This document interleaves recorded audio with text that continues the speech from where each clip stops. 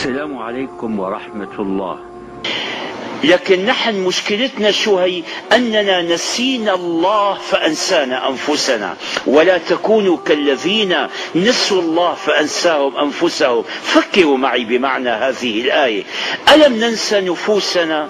هذا الواحد منا ماذا يصنع من حين ما يصبح صباحا إلى أن يمسي؟ نعم، يقف بالصلاة، قد يقف في الصلاة وعقله نصفه في الصلاة والنصف خارجا عنها.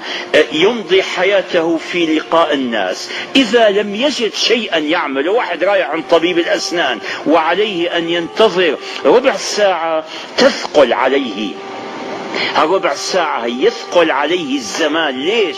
لأننا لا نستطيع أن نخلو بأنفسنا. والله عجيب، نفسي أنا عدو لي. أريد عمري اللي رأس مالي أقطعه بأي شيء. واحد بيقول لك بإيش بدي قطع الوقت؟ يسأل الشباب بماذا نمضي فراغنا؟ ولك يا عمي فراغكم هذا وفراغي هذا ووقتي ووقتكم هذا رأس المال، هذا هو العمر. فهل نسعى لأن نقطع أعمارنا، نقطع أوقاتنا بقراءة رواية سخيفة، بمشاهدة فيلم تافه، بحديث أو اجتماع لا منفعة منه في دنيا ولا آخرة؟ أي شيء، هات لي أي شيء، بس لا تتركني أنا ونفسي أواجه الزمان الذي هو العمر. إذا أنا نسيت نفسي. هذه عقوبة من الله.